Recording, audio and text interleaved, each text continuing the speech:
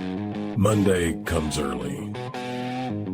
This chapter closes. A new door opens. This is the second shift.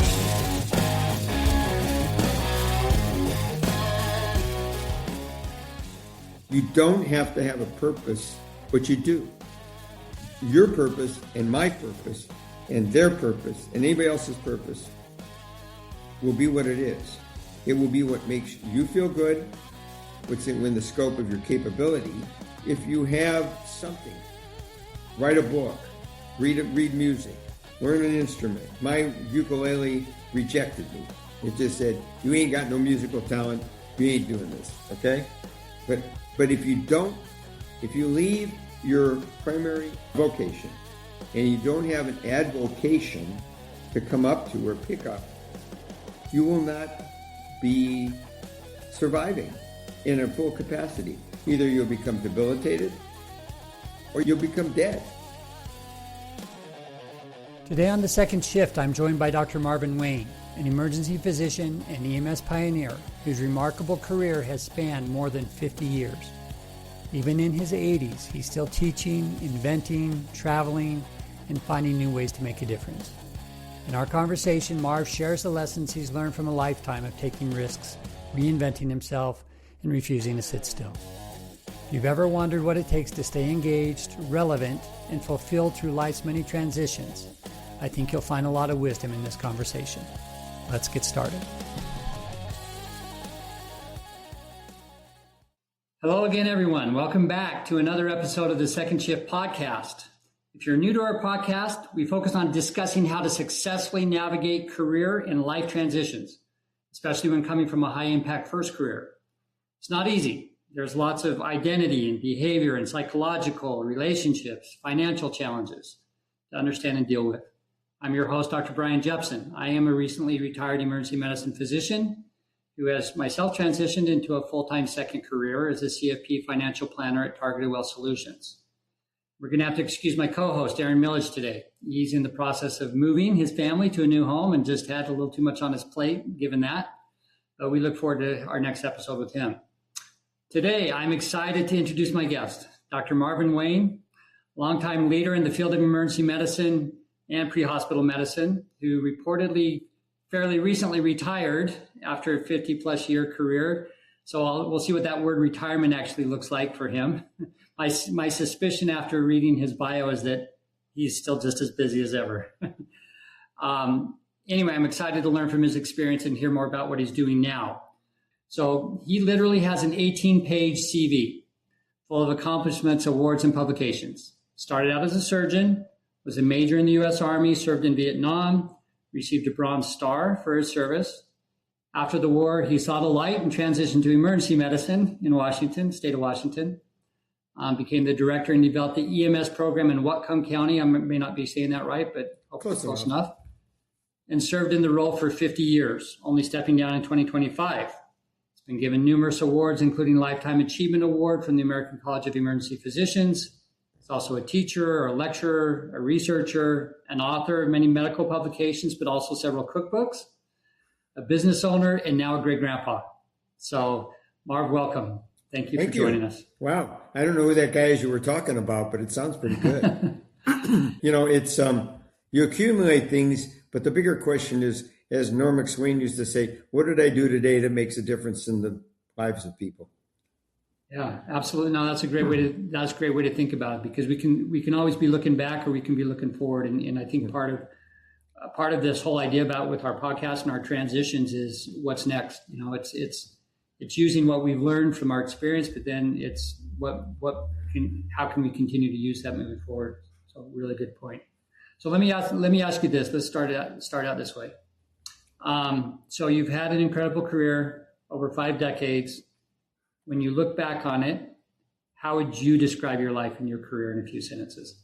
That is probably the most difficult question you could ask. Starting out with the bang. I would say it as following. Would I do everything I did again? Absolutely not. Because if I said I would, I'm a fool, or I have done nothing wrong, which all is wrong. I, for the most part, have always tried to remain happy. I've always tried to be nice. I've also been very good at running off at the mouth, inconceivably rapid, as my wife has to go, shut up, stop. But I've also tried to make a difference, not in the world's lives, although I think some of the things I've done as I look back probably have made a major difference, but in my life and the life of the people around me. Have I always done the right thing? Wrong. No, of course not. Have I always done what I thought was the right thing? Yeah, most of the time. Would I do everything I did again? Yeah, maybe, but would I do it smarter? Might be the better way to put it. And we can run down the list however you want to run down the list, from surgery, trauma surgery, emergency medicine, cookies, making cookies and going from riches to rags. That's another story. Writing cookbooks, driving race cars. There's probably nothing I haven't tried. How many of those things I've done beyond mediocrity? Limited. I am the ultimate and the epitome of mediocrity, but I keep trying. I think that's a great lesson. And I look at the things that I've done the same way. Have they all worked out like I wanted it to? No, but have any of them been failures? I would say no, because, I've learned something from each of those. And, and again, if you go back and do things differently, hopefully if you've learned the lesson from them, you do better. But some of them have been expensive. Let me put it to you that way. And life's lessons sometimes do not come free. Yeah, absolutely right. All right. Well, let's start out early in your life. So you started out as a surgeon, went to Vietnam. So let me ask you how your experience as a surgeon in Vietnam shaped the rest of your life or your career. Let me take one step back. When I come from an inner city background in Detroit, my father died young. A lot of issues came up, and I was in Ann Arbor. I kind of skipped my senior year, so I don't have an undergraduate degree, so whatever. Went to medical school. That's also a completely different story, another story. And I finished, and I won a fellowship to spend a little bit of time in England. Did that. I came back to, at the time, there was no such thing as emergency medicine. The only people that staffed emergency departments were surgeons with the shakes or cardiologists with presbycusia. They couldn't hear much out of those scopes. And so I did my residency in Denver in a variety of ways. And I was in the Berry plan, which let me hopefully miss the war completely, except they decided not to end it as quickly as I'd hoped. And I went off to Vietnam. I was a very good surgeon and less than mediocre officer. Okay. I'm afraid I shared that. I suspect I know why that is. Yeah. Well, I know why that is too. And I have a real problem with authority figures that are not what I feel are really competent. However, my colleagues were anything but incompetent. They were amazing. I worked with great people, had great experience, got there in a transition period in 1971 from a busy war to not so much, spent a lot of time at the Children's Hospital over in the provincial hospital in Bien Hoa. Very, very primitive. I worked with an Australian surgical team, and I learned what I didn't know what it was called, but I learned what PTSD was when 19 of 21 children died in my arms in a week. That we could have saved most of them had I had a facility that could save them. But that's a lesson I'll never forget, because making a difference is making a difference. The little bit we did, maybe, but what about all that we could have done? And that's just something you have to face in life. Sometimes you can't do all the things you'd like to do. So now we come back, we finish Vietnam, we go to Colorado Springs, and then I decided I needed another year of surgery. I wanted to do a fellowship year, went to Seattle, went to either the wrong place or at the wrong time or the wrong me. I went to a semi-private facility there, and from day one, did not get along real well. Here I am, city county residency, a war, second year in the military, and I'm a fellow in surgery, and I had to beg permission to teach them how to do a hemorrhoid, which they didn't know how to do. So another story. Did not get along. Made a decision about halfway through that I didn't know what I really wanted to do. Okay. And when I was in Colorado Springs, and this again, what are the points that make changes in your life? The things you experience. So I came out of Vietnam, went to Colorado Springs, worked at Fort Carson Army Medical Center, but there was a lot of downtime. So I used to moonlight at there were 3 hospitals then. I think now it's 1 or 2 in Colorado Springs in the emergency department. So I'd gotten the bite or the taste of emergency medicine. And when I went to Seattle and was having my not happy time, I began to think, what am I going to do next? So you talk about what affects what you do next. So I fell back on the idea that I kind of liked the emergency medicine aspect, okay? Especially in those days when there weren't a lot of residents where I was, and you got to do a lot of the procedural things. So I said, okay, I'm going to finish my year at Virginia Mason, and then I'm going to take a year off to think. So my year off to think is 53 years later. And I keep thinking, and I came up to Bellingham where there was a hospital war between 2 hospitals, and EMS was a private service that created more death than save. And guy got in the mix of everything, and I got thrown into the fire and kept staying above the flame and went on to get involved with so many other things. So this was the first major shift in my career pathway. So as you were sitting there up in Washington, realizing that maybe you hadn't made the right career move as a surgeon, what was going through your mind, and how did you make the leap of faith to do something completely different? Well, number one, I liked being a surgeon. I just didn't like the people I worked with. Patients were great. The rest of the people, not so much. I think part of it was where I was an egocentric facility.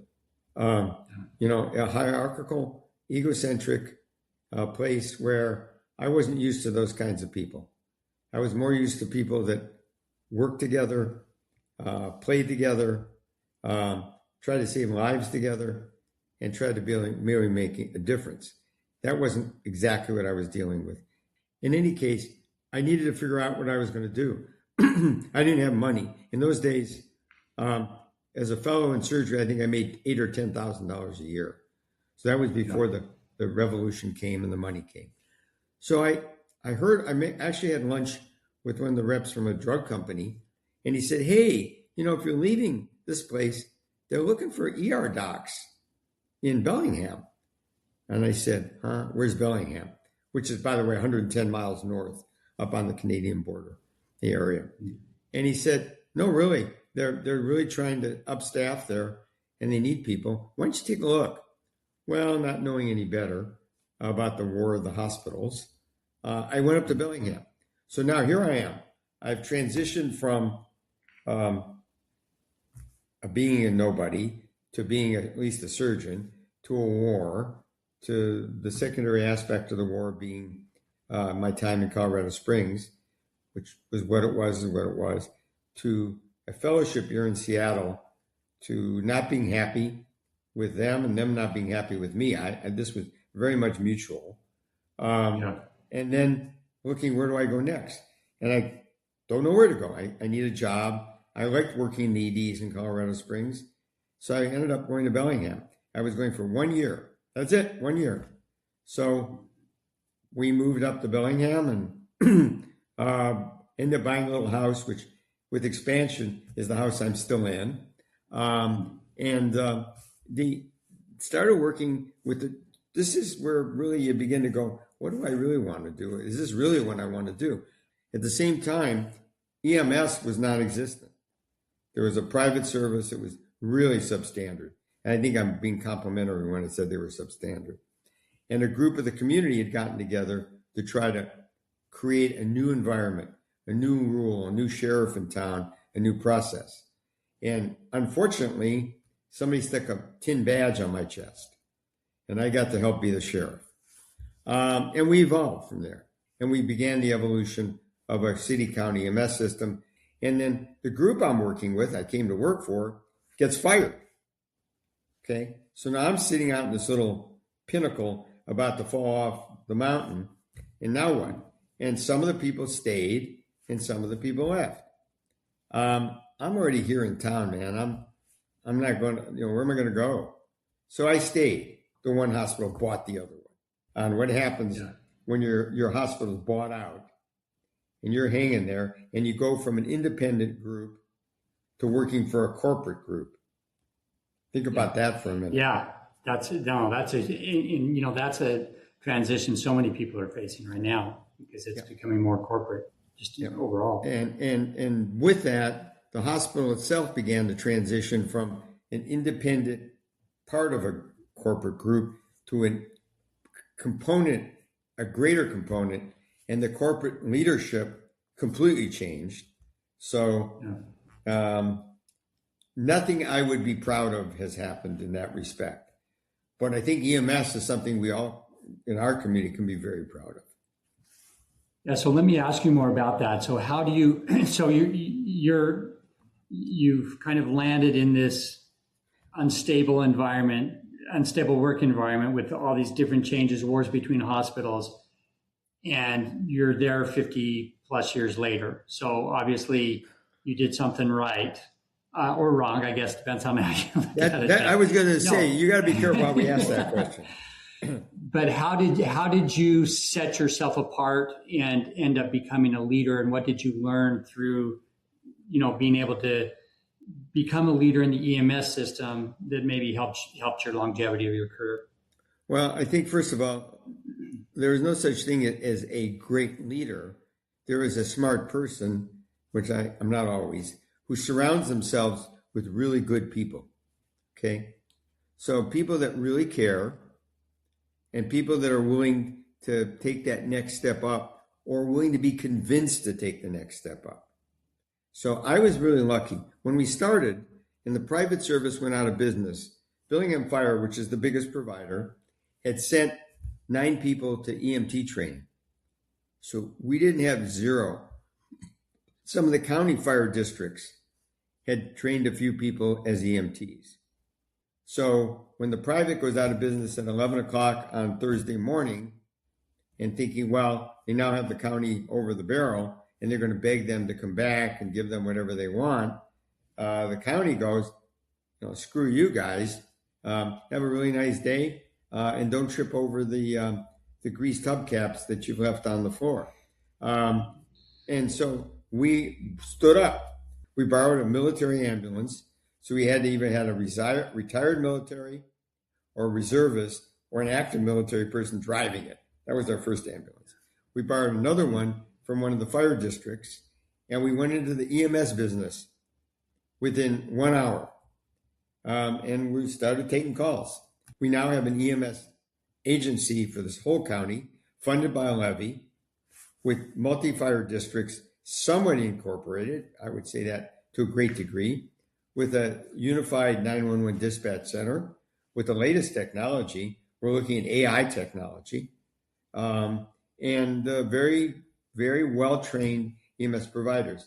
We have our own certified paramedic training program, and the product of the process is at a very high level and something we can be proud of. We look at our CARES data. We have a go-home survival neurologic intact of around 14 to 15%, which is excellent. We do well with trauma and all the other integrated things. And we've had really people willing to step up and do difficult things at difficult times. I think that's the great part of emergency medicine in particular. And there are other specialties like this, but probably not to the same degree of needing to be a team. As a physician, you're a team leader, but you have to rely on everybody else around you, or you can't really do your job. So let me ask you about this. So you've done a variety of different things we haven't even talked about yet. So you've been a lecturer. We talked about your Army career, a teacher, researcher. You mentioned your race car driving and your cookies. I'd like to hear more about that. But before you do, let me just ask. So it sounds like you've reinvented yourself in different ways many times. And what drives you to do that? Survival. Okay. I mean, all right. So here we are way back in 1974. I've come to work at St. Luke's Hospital, which was a community hospital. And all of a sudden the contract for the ER is gone.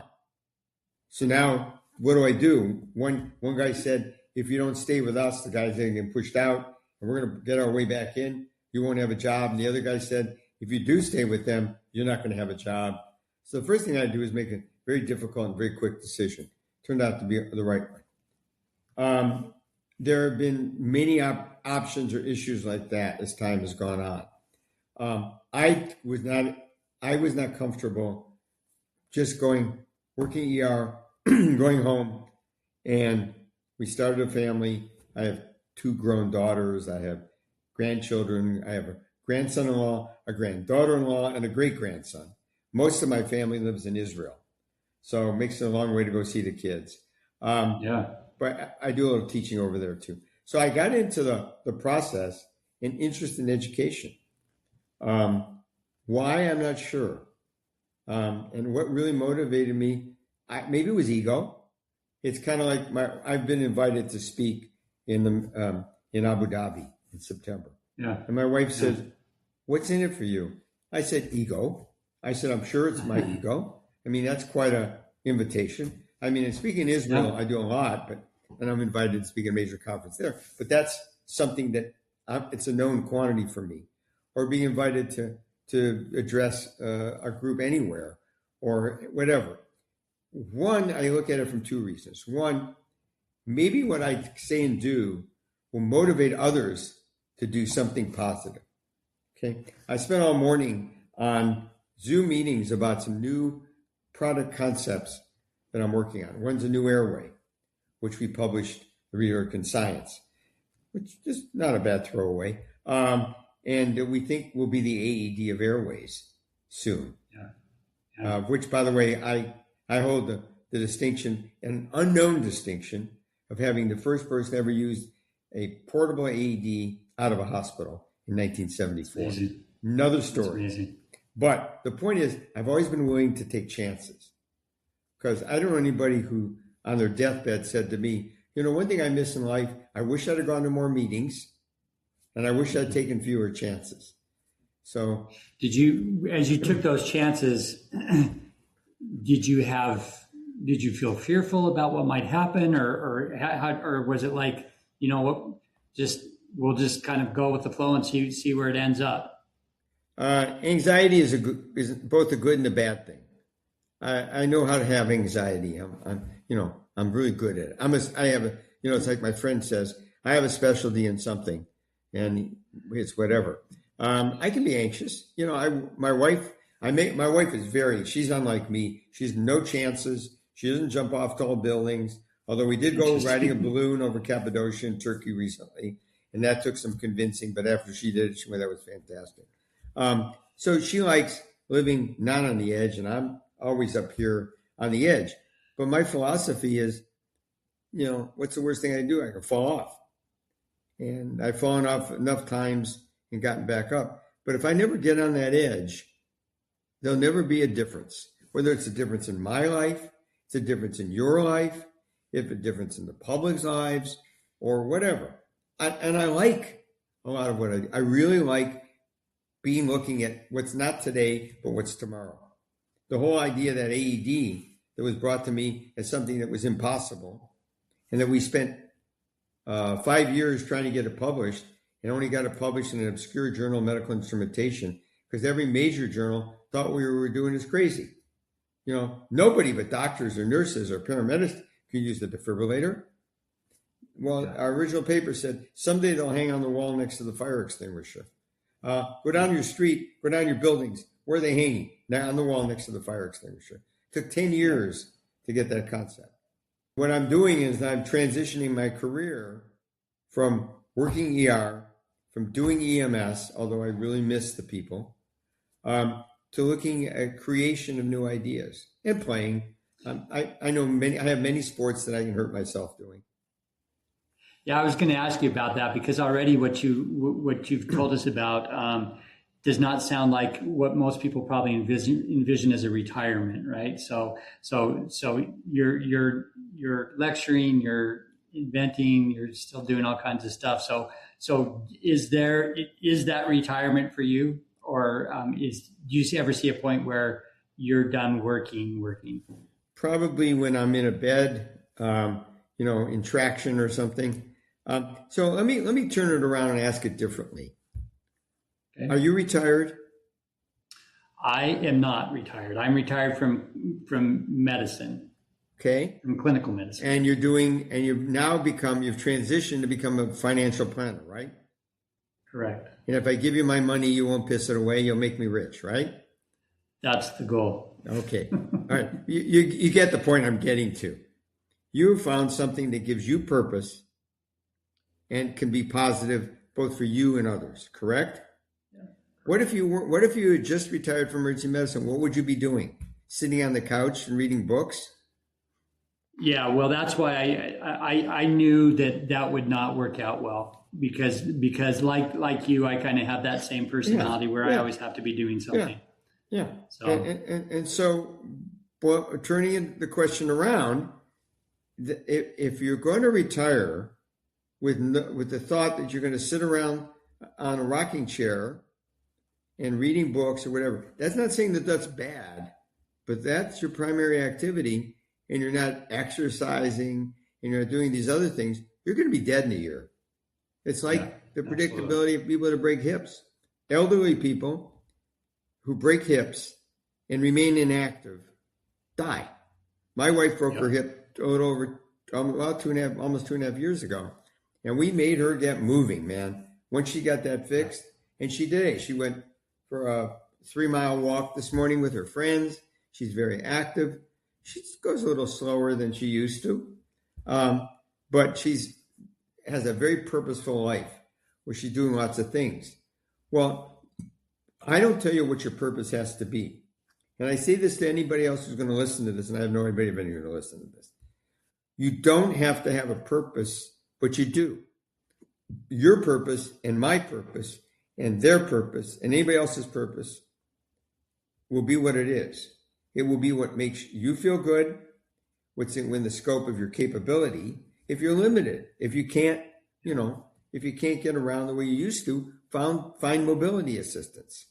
If you don't want to go wing foiling like I'm going to do next week in Hawaii like an idiot, and risk life and limb, like I do, then that isn't what you should do. But if you have something, write a book, read music, learn an instrument. My ukulele rejected me. It just said, "You ain't got no musical talent. You ain't doing this." Okay. I tried singing. Just started busting strings on purpose. Yeah, no, it just wouldn't make noise. It would, Anyway, but find something that you can get a passion into. And it's not going to be what I do. It's not going to be what you do. It's not being a financial. Maybe it is being a financial planner. Maybe you should go out and make movies. Maybe you go out and make music. But if you leave your primary vocation, and you don't have an advocation to come up to or pick up, you will not be surviving in a full capacity. Either you'll become debilitated or you'll become dead. And I don't mean to sound that not appropriate, be inappropriate. It's a fact.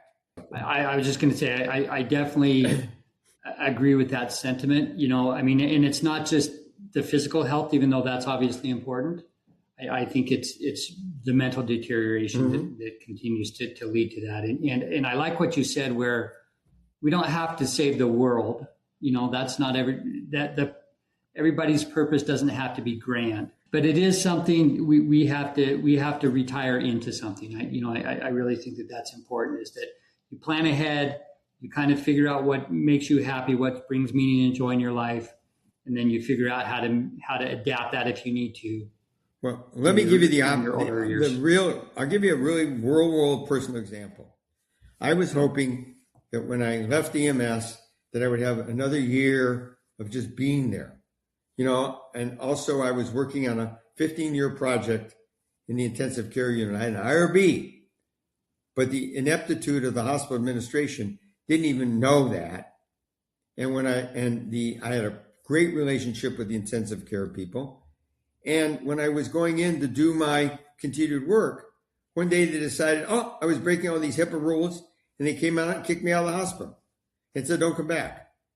Then they went and looked at the IRB and said, all right, don't come back, and we just closed your IRB. It had only been a 15-year IRB. The point I make is, those kinds of things are going to hit you in the middle of this if you want to continue to do something.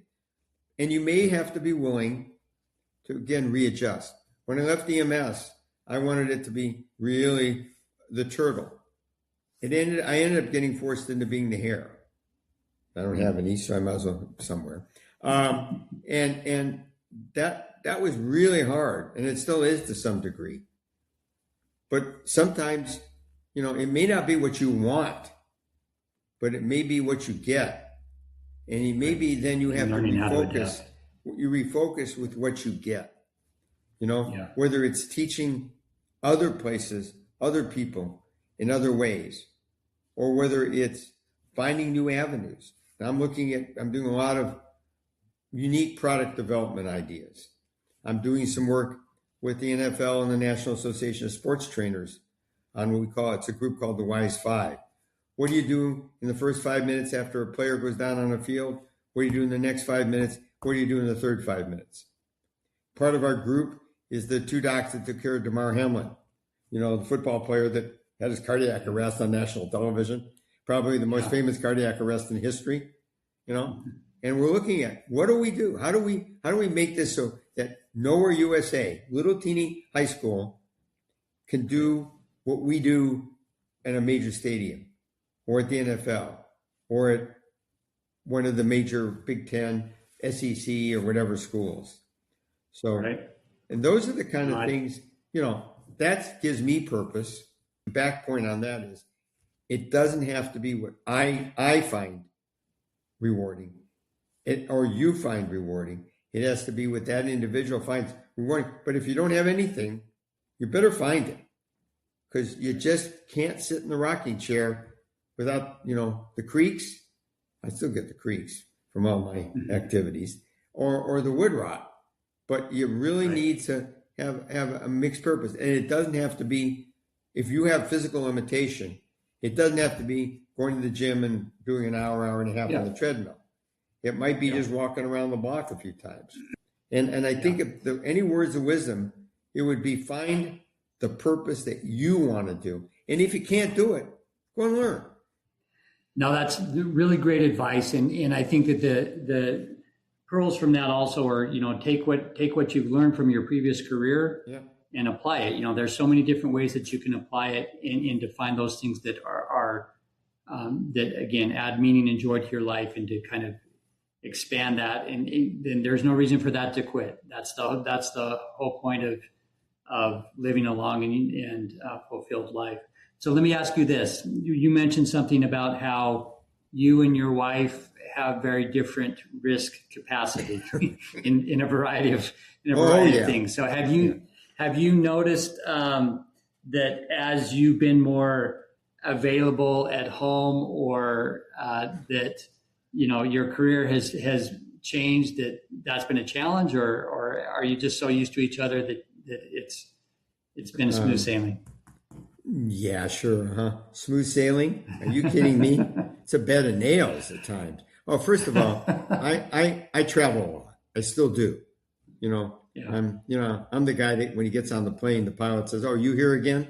So that's how much I saved you a seat right next to him. Yeah. Well, in another life I did. So the point being is, if we had to spend all our time together, it wouldn't work for us. My ADHD and her calmness have a controlled conflict. It's controlled because, one, I travel, and two, we've kind of learned to nurture each other in a way. Yeah. She's active, but she's not schizophrenically active. She's picked up a new activity. She's playing mahjong now. That's a big passion for her. For me, she said I'd make the table vibrate with my just by sitting there, just by being there. Yeah. So I'm not allowed to talk. Yeah. But we each have our direction. We do things together. We just got back from a trip to Turkey, and it was an organized trip. We had a great time. We saw lots of things. We managed to make everything work. But so that kind of thing we can do together. Organized, structured process. Yeah. On a day-to-day basis, she's, she loves the garden, the yard, and as far as I'm concerned, that's not my speciality. Maybe I can create an interest. That's the other thing, though. Sometimes you have to learn to create an interest. Yeah. Could I learn to be a gardener? Well, maybe when I run out of all these other things I'm doing, maybe I will. Maybe I'll get really good at pulling weeds. Or not. Did you find that you had to, that was a purposeful planning that record, or did you guys just kind of fall into your patterns just because of your long history together? Or did you sit down and say, okay, on Tuesdays, I'm not playing mahjong. I'm playing pickleball. I enjoy it. Her or me? No, I play the pickleball. She plays the mahjong. Yeah, I'm the one that's into the more active activity. Although there are parts of me that are beginning to have revolution about that. But back to we would not be together for 53 years if I was always home. Now, there have been times she really wishes I had been home more. There's no question about that. But we're neither of us. She really likes her own time. She likes her time to sit with the cats, and want to lay on her stomach or chest and just enjoy the moment in passing. At the same time, she does like to read. She has book groups. She has friends that she both helps and their relationships help. And I have my, kind of that group. But we also do social things together. So it's controlling the mix. That's the one other thing. How long have you been married? Or how many times have you been married? I'm not asking you to say you. I've been married. I've been married once, and we're approaching, oh boy, I should know this immediately, like 30 something years now. Okay. 32, right. 33, something like that. Yeah. It's a good start. Yeah. So the point being, though, there are people that are determined or are destined to spend lots and lots of time together. And there are other people that are better off if they spend a controlled amount of time together. I don't mean you control that you schedule. I mean control. Right. Each of you have your own independent activities. Right. She's really not interested in going wing foiling. And I'm not sure my body's going to be interested in a lot longer, but we'll see. We have a place in Maui. She doesn't like to go there. I go there. So, in other words, there's a balance here that works for us. We'll see where that goes as the years go on, and my own physical limitations, along with hers, are what they are. Then that's the other thing. So, if I would say this to whoever's listening, whether you're a man or woman in emergency medicine and you're coming to the end of that career, if you have a partner, spouse, okay, whatever, if you have kids, you need to kind of think through where are they going to fit into your more available, if that's what it is, life. Or is it going to be like, Dad, I've seen you 15 times this week because Dad has nothing better to do. Or Dad, it's great to see you today because you're going to babysit the kids. It's going to have to be adapted to who and what you are. But don't try to, with the mistake we often make is to create a forced environment. It must be that it's Tuesday, so I have to do this. It must be Tuesday, and I have to do what works for everybody and what makes everybody happy, including me. Okay? So what would you say has surprised you the most about growing older at this stage in life after your long career? The body parts that don't want to work like I did when I was 30. Did you expect when you were 30 and looking forward to when you were 80 that you'd be able to do what you're doing? No, when I was 30, I was trying to survive between war, residency, and a career. So let's not use 30. But as I got older, I'm very lucky in a lot of ways. I still can do a lot of what I want to do sports-wise, although my biggest problem is that I have a tendinopathy here. We just try to blast the calcium apart, and it's been plus minus. And I'm persistent. Those are not necessarily the kind of things that most people at my age would do, but those are things that I want to do. I would tell you, I know when I was younger, I didn't think I'd be this old. Now that I'm this old, I'd sure like to have the body of the younger person. I don't know if I want the mind. My mind seems to still work. I'm still doing interesting things. Yeah. But I'm still teaching, and hey, the bullshit didn't go away. It just got older bullshit, that capacity. But it is really important that we structure what we do within the scope of what we can do. Yeah. I'm pushing the envelope, but not everybody wants to push that envelope, because sometimes, what happens is the envelope tears and you're attached to it. So, again, not everybody at 83 can be playing pickleball and wing foil or drive. I can't drive a race car anymore because this disqualified me. But even then, I was slowing down. The last couple of years I was driving. No more. I just come to that corner and I'm going, can I still really do it flat out like I used to? And I would chickening out. Well, that's not the way you want to do it. And there are other people that can. So the corners of life that you come to, you may not be able to take them as fast as you used to, but you got to figure out, can you still take them? And if you can't, what other corners can you take? Yeah, that's a great analogy. So tell us more about your cookie business. Oh my God. All right. So when I was in the Army, when I was in Vietnam, so I kind of got into, I'd been a baker I worked my way through school, baking, selling vacuum cleaners, all kinds of crazy jobs. But what I used to do is go over to the mess tent at night, and I would bake with our Vietnamese bakers, and I'd make cookies, and some of it was pre-made. We'd put it together and fancy it up. And the colonel found out. He used to give me orders for batches of cookies. Now he didn't quite like that, but it was close. So I really carried that over to my civilian world. And when I was doing my fellowship in Seattle, I met a guy who owned a kind of a health food bakery. And I used to bake with him, and I got the nickname Dr. Cookie. So I came back up to Bellingham, and I had a buddy in Seattle who was a cardiologist. We were sitting down one day, and we're thinking about looking at Famous Amos, all these things. We said, hell, I got a better cookie than that. Worst thing I ever said. So we got into it. We finagled our way into Pacific Southwest Airlines, which got merged into Western, which got merged into Delta. And, we went from, we'll order a couple hundred, and then they were ordering 20,000 cookies, and we were ice cream scooping them and sealing them, packaging them. At the height in 1991, we were making 13 million cookies. We had a 10,000 square foot facility in Bothell, Washington, and we were back shipping on United, Delta, Northwest, and a little piece of Alaska. Well, that's the good news. The bad news is, you know what the sigmoid curve is in business?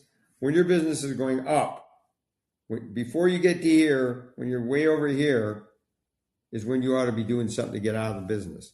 Sell, merge, repurpose, whatever. We did. We waited till we were down. And the first Gulf War hit, and we lost 65% of our business.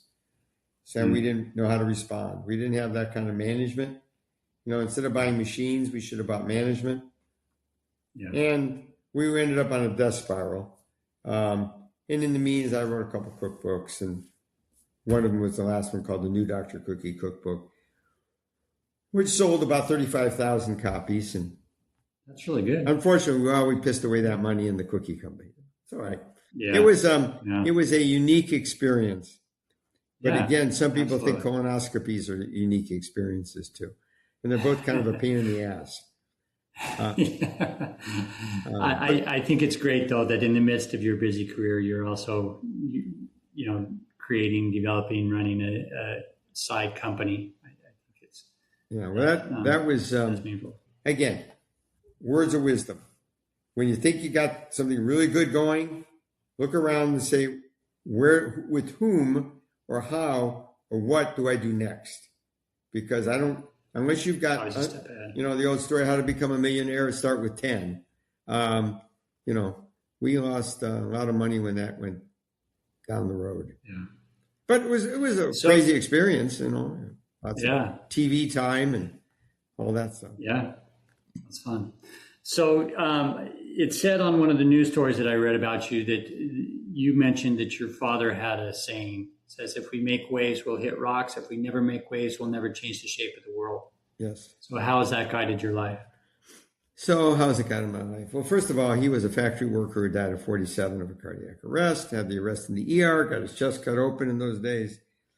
One of the things that guided was the fact that even though I was going into surgery, I was always thinking in my mind, what could we have done better? And of course, that was before defibrillators and everything else was occurring.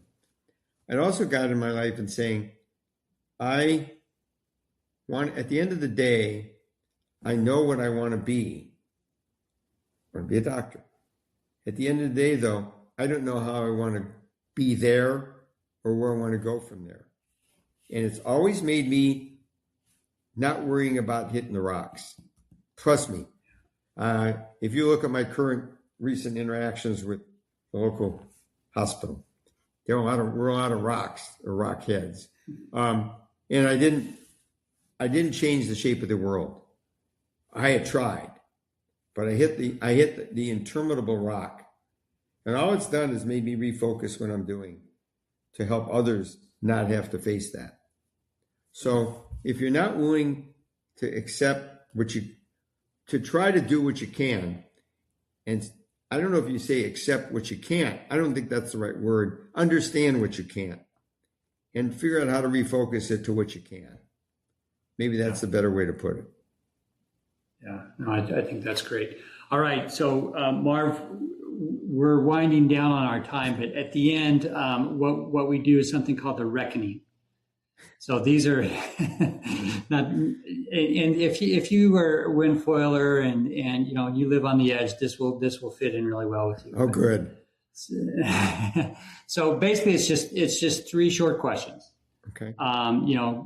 First thing that comes to your head, doesn't need to be a long answer, but just a kind of retrospective looking at your career, or at your life. So here's the first one. You ready? Mm-hmm. All right, here it is. When you look back on your life, which accomplishment are you most proud of?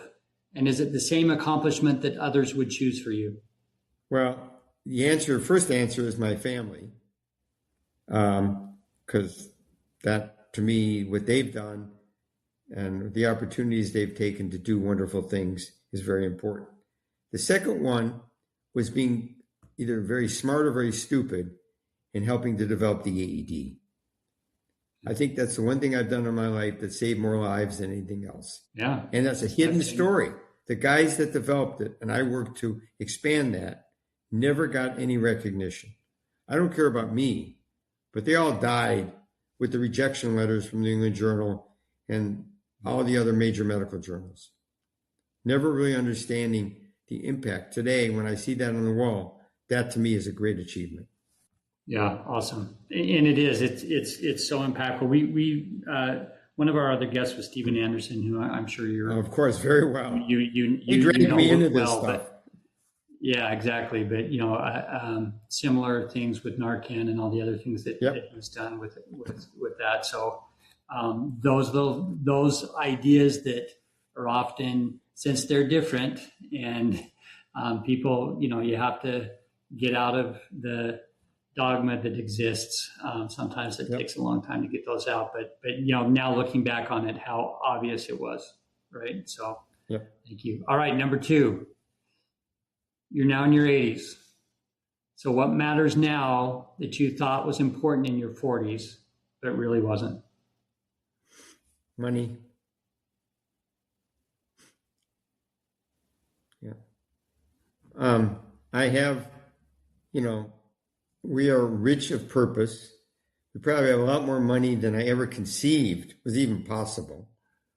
Yeah. And, other than buying my toys, which my wife restricts me a little bit, mostly from self-preservation, there's not a lot, I give you a silly analogy somebody once said. He said, when I was 40, I wanted a BMW. He said, now that I'm 80, I just would like the BM. And I know that sounds very stupid and silly, but our purpose is, I drive a 2013 Subaru Outback with not much mileage. It does what I need it to do. I've driven all kinds of crazy cars through the years. And, I thought I needed to be rich, but I think rich of purpose is not necessarily just rich of money. And we're happy to be able to share what we have with others with purpose. I think that's fantastic. And the more, honestly, the more people that I interview on this podcast, and the more consistent that answer is. The older you get, the less money is important. You want to have enough. You want to be sure that you planned well so that it gives you the opportunities to do the things that you want to do. But if money is your goal, you're missing out, right? When you're 80s, you're looking back, it's really not that meaningful. Well, I'm convinced I'm going to live to be 110 and I'll need all that money, but that's probably not going to happen. Yeah. All right. How about this one? You spent your life helping people survive emergencies. What have you learned about how to truly live? You said it, the last word, live. I push each day for me. I care each day for everyone or others. Okay. I have to, the greatest fear I'm still processing is not going to the hospital into the ICU, not stopping by to say hello to all my friends in the ED, and not going to the EMS system to review charts. And I have to live for me while I allow others to live for themselves and to promote and help. I'm very proud of some of the things we've done for the community. We have a wonderful community here. It's growing a little faster than I would like. But I'll tell you something. Our symphony celebrating 50 years in Bellingham, Washington. This is the Bellingham Symphony. This is this big of a community. Our guest artist for our 50th anniversary was Yo-Yo Ma. Wow. Yeah. And we help fund to bring it. But the point being, when the story of what we're doing in this community was told to him, he said, I'll come. We're not Seattle, we're not Vancouver, we're not New York, we're not Chicago. But there was meaning to what we were trying to do, which had meaning for him. And I guess that's my bottom line. Whatever I mean, I don't know. But it has to be respectful of you, and it has to be encouraging of others. Yeah, absolutely. I think you can never stop making an impact on those around you, right? I hope not. That's the goal at least. Yeah. And, that impact's going to change over time. But if you're to leave a legacy, it's not going to be about, even necessarily awards or your career or anything like that. It's how people remember you based on the relationships that you've created and what you've done to inspire them. And how you remember yourself. Example of that. Yeah. I think it's really important. To thine own self be true. Well, I do a lot of stuff to piss people off. That's my specialty. If you really want to know my specialty is pissing people off. But there comes a time where that's needed. Good at something. Yeah, there comes a time when that's needed. There's also comes a time when that's just who I am. Yeah. Yeah. Well, thank you so much for the conversation and for sharing your story and your wisdom. I think it is going to impact a lot of people, and I appreciate your willingness to do it. So, Steve dragged me. Well, it's good to have friends. No, seriously. Thank you. Thank you for allowing me to do this. And again, if it helps one person, it was more than worth it. If it helps 2 people, that's double the opportunity. Yeah, I that's why I really enjoyed doing this podcast, honestly, is being able to, because I do think that having conversations like this with people who have been there and been through a variety of things throughout their career are going to help people who are listening, because a lot of people, whether it's fear of change or not understanding what their impact could be, or not knowing what their purpose could be, or not knowing how to interact with their spouse after they retire, or whatever it is, if we can make that one little piece of difference to help improve their lives, and it's worth it for sure. Well, thank you. All right. Thanks to Marvin for this great conversation. Now I'm going to do a quick recap of some of the words that he gave us from what he's learned over his long and remarkable career. The thing that immediately stands out to me is that in spite of being in his early 80s, he keeps developing himself. He has new ideas in medicine that he's working on, whether it's an invention for a new airway or a care protocol to take care of football player injuries on the field. And even though he's no longer working clinically, he's still contributing as a physician, which I think is awesome. I also loved what he said repeatedly about purpose and how important it is for you to find yours. And that purpose is unique to you. It doesn't have to be grand, but it should be meaningful. Finding purpose will literally extend your life, not to mention make the years you have left way more worth living. He also taught us the importance of just adapting. So your career and your life and your retirement will never look exactly like you expected them to when you started out. And that's not a failure. The failure is not learning from your mistakes, not taking risks when new opportunities present themselves, and not pivoting or adapting when you need to based on whatever limitation that may come. I love that he's continued to do that, even in his 80s. I think he's a great example. I also enjoyed the discussion about his relationship with his wife. It sounds like they're very different personalities with different goals, passions, and speed, but they've made it work for 53 years. I think they've made it work by championing each other's strengths, but also respecting each other's differences. And there's probably no time that tests that principle as much as retirement, when you have more choices about what that relationship's going to look like. So finally, like most of my guests have reported, money is a great tool to help provide the life of purpose that you envision, but it is only that, a tool, not the goal. The further you get along in life, the easier that is to see. All right, and with that, we'll close another great episode of the Second Shift Podcast. Thanks again to Marvin Wayne for his time and his insights. If you like what we are creating here, please remember to subscribe to the podcast and to tell your friends about us. And remember that on our website at Second Shift, that's 2ndshiftpodcast.com, you can download a copy of our Second Shift Blueprint, which will walk you through 5 important conversations to have with your significant other, or even just yourself, as you approach your own next major shift in life. We'll see you next time. Take care. The work you did mattered, and you're not done. Welcome to What's Next.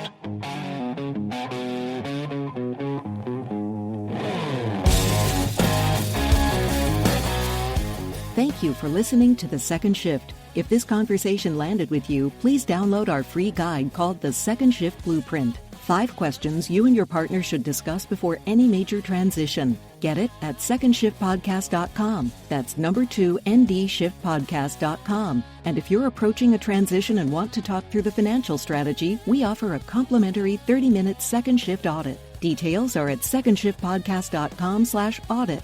Join us next week for another great episode. And remember, your life and identity doesn't end with retirement. It's just entering its second shift. The content shared in this podcast is intended for educational and entertainment purposes only and should not be considered personal financial advice. You should always consult with a financial professional to determine what is appropriate for your individual circumstances.